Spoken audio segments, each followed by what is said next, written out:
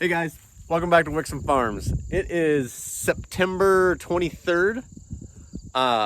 Last night, we're trying to finish this field. We have maybe an acre left, and we tore an accelerator belt in the combine, so a belt broke and shut us down. And this field is actually got a crick on the other side that we have to cross with the grain cart and the combine. It's not real great to cross, so we left the combine. Of course, it would break down on the other side of the creek. That's what always happens. So the combine's sitting on the other side of the creek. We're gonna try crossing with the pickup because we got all the tools that we need. I think there's one belt we have to take off to access that belt, but I think we'll be able to cross with the pickup. The only thing is when the grain cart goes through, it pushes up dirt in the middle, and I'm just gonna make sure the pickup doesn't get hung up on that dirt because it's got a good rock base, but it isn't bad. But we can't keep a culvert in there because when the big spring rains come, it washes that out. So we end up just kind of having a creek crossing. I'll show you that. But yeah, we'll get over there. We'll see if we can get that new belt on. It's a little dewy right now. We just got back from John Deere getting the parts. They said they've sold 3 of those belts, so a lot of people are tearing those belts up. So we'll get that belt in and see if we can get this thing going. And the worst part about breaking a belt like that at the end of the night is now, normally when it's dewy like this, we would be moving machinery to the next field, and then when the dew lets off at 10:30 or so, we'd be all ready to go. But now we gotta wait, fix this, and then wait till the dew gets off to finish these couple acres, and then move all the machinery. So even though it's only maybe a 45-minute fix, it does set you back a couple hours, which is frustrating, but it's how it goes.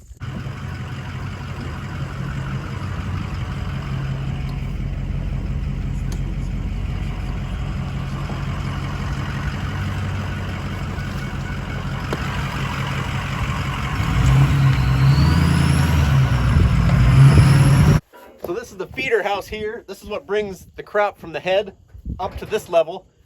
And I have what is an accelerator, which is just a big paddle that throws the material into the rotor and where the combine is going to do its work. And that, the combination of a little tough beans and it was a bad belt. I seen there was a crack in the belt the other day and I should have replaced it, but I didn't. And got into a little bit of tough beans and that belt got finished off.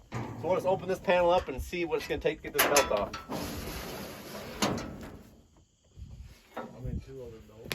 Two other ones.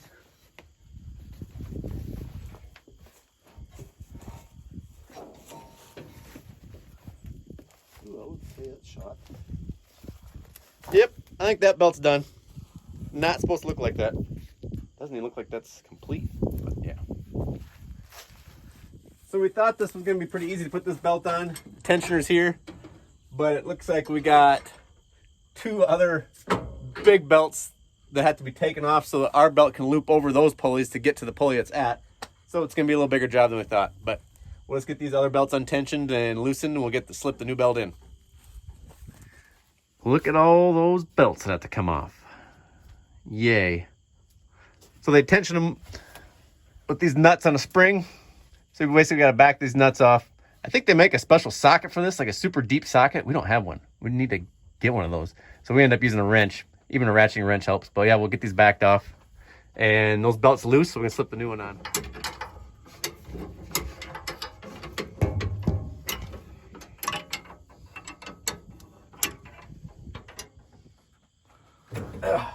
There, we got that one loose enough to get that belt off. Just got to remember how that goes when we put it back. Hopefully it should be self-explanatory. So then, once that's all the way off, this shield's going to have to come off, it looks like. Unless we can sneak that new belt by.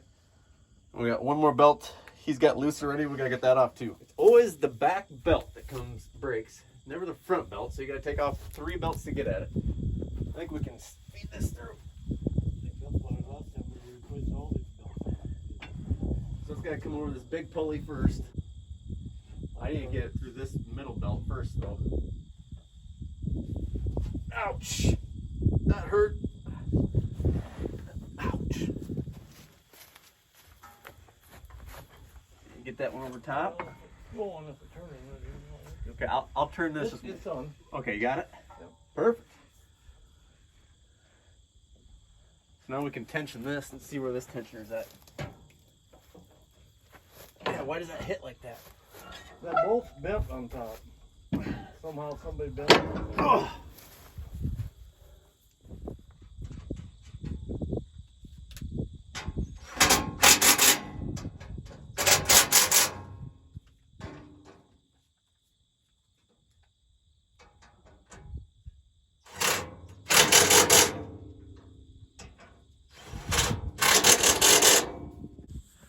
All right, we got the new belt on and all the old belts back on that we had to take off to get to the new belt. And that's all on. The only thing was, by that belt tearing, this belt was still feeding. The feeder house was, so we have as you can see there, all this material jammed in the feeder house and kept feeding and then hit a stop spot where that belt was broke. So now this whole section is full of beans and they're kind of jammed tight. And this machine has a reverser to shoot it back out, but that will not work. It's packed so tight. So we're gonna open the rock trap and a few panels, and by hand we'll yank some beans out of here and see if we can get this going. I grabbed a set of gloves for pulling beans out because they really cut your hands up, and we got 2 right-hand gloves. So that's gonna work good. Great. All right, we pulled some of the plug material out of the feeder house a little bit by hand. We're gonna try reversing it. Hopefully it's not plugged up too bad. See if this thing will spit this back out and be unplugged.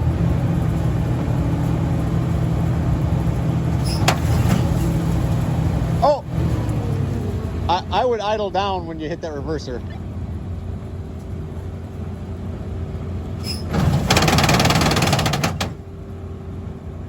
Slip clutches are going, so we're gonna have to unplug some more. Unless you want to try it one more time.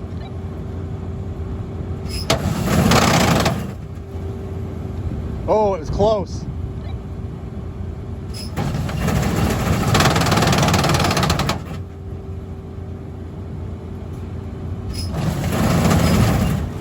So we got the combine all unplugged and it should be ready. Beans aren't quite ready yet. They're a little damp, so we're gonna wait a little bit. One of the things that can really happen to combines in bean harvest is fires. Any type of bearing or heat that goes bad and makes heat if you have a lot of trash. So what we try to do is, the cleaner you can keep the combine, the way less chance you are of fire. So every day or every other day, depends on the conditions. If there's no wind, the machine gets a lot of chaff on it. But you just blow this.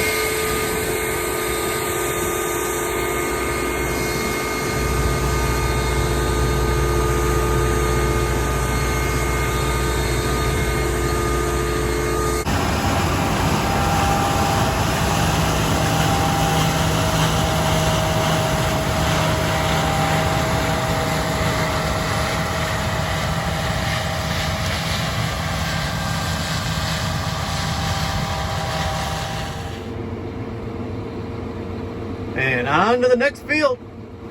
We'll get the grain cart and the head moved over, get that hilltop opened up before we get a truck over there. Yeah, it's about 75 acres in that 80. So that'll be the next field, we'll get it going.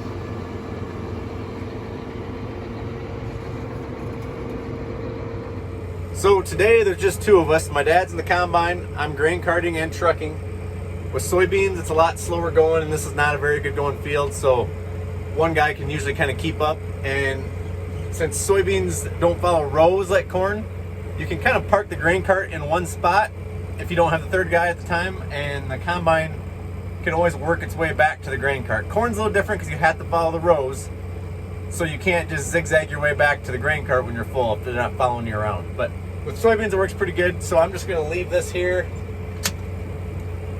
I just parked the grain cart here in East Hollow down the bottom by the fence. Okay. I just tell him where I'm leaving it, and I'm going to walk up the hill to the truck, and I'm going to take off to town with the truck, and then he can dump into this while I'm gone.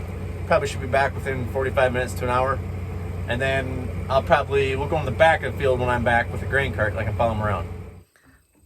On days where you're the trucker / grain cart operator, there's a little bit of walking, because you want to try to make it convenient for the combine operator to stay efficient and keep the grain cart in a spot that's easily walkable to the truck, but easy for the combine to find. And you usually can find that in soybeans. But my dad's brother, Wayne, my uncle, he's usually our grain cart guy all fall, and he's coming from Kentucky here next week, so he'll be around the grain cart.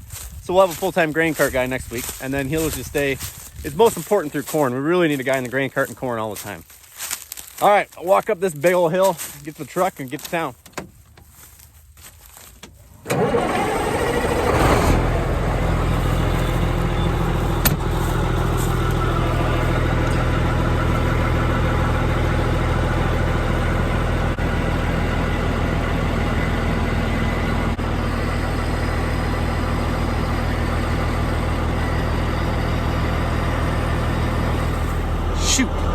just opened a brand new ice cold water in that grain cart tractor, which is way down there. I just walked all the way up here, and now I don't have any water in the truck. It's hot. It's like 85 degrees, which is strange for harvest in South Dakota, but it's early. It's still September, but it's supposed to be cool next week. But I guess I'll make this trip without water.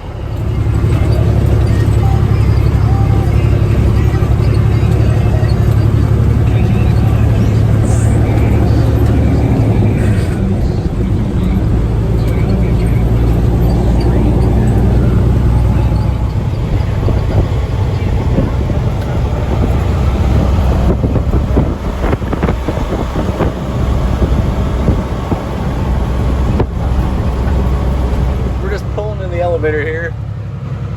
We gotta take the truck in across this scale. We'll weigh in full, we'll dump, and then we'll weigh out empty, and then they just pay us on the difference. That's the grain you get delivered. Because we get paid by weight. You get paid by bushels, but technically it's really just paid by weight.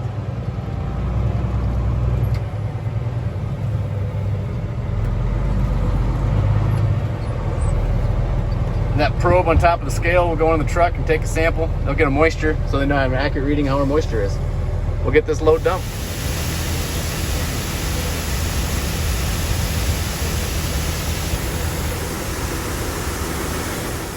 And we're almost done for the night, and we got some visitors. Sailor, you run the grain cart? What are you doing? Sadie's with us. Hi guys. Has she been crabby today? That's why we came out with Dad. That's why they came out with Dad. You're not crabby. No. Can you laugh? Well, here comes the combine. I suppose we better go get our load. We're gonna call it a night. We're done combine beans for the night. We're gonna go home and have some supper. Say goodbye to everybody, Sailor. Bye-bye. Bye-bye. Thanks for watching, everybody.